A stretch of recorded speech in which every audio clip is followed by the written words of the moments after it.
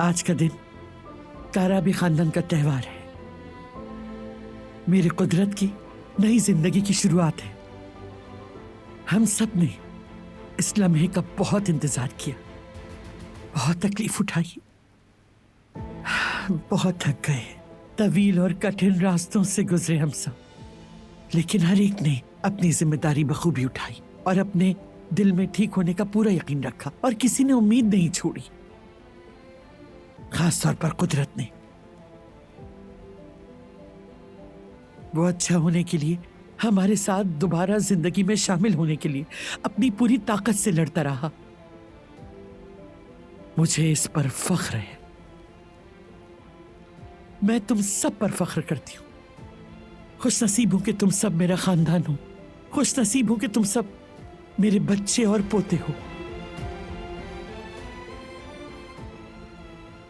जब तक तुम सब एक साथ इसी तरह मजबूती से खड़े रहोगे तो यकीन जानो मेरी आंखें बंद नहीं होंगी।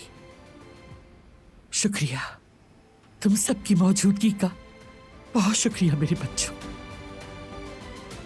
आपका भी शुक्रिया दादी जान। चले अब खाना शुरू करते हैं।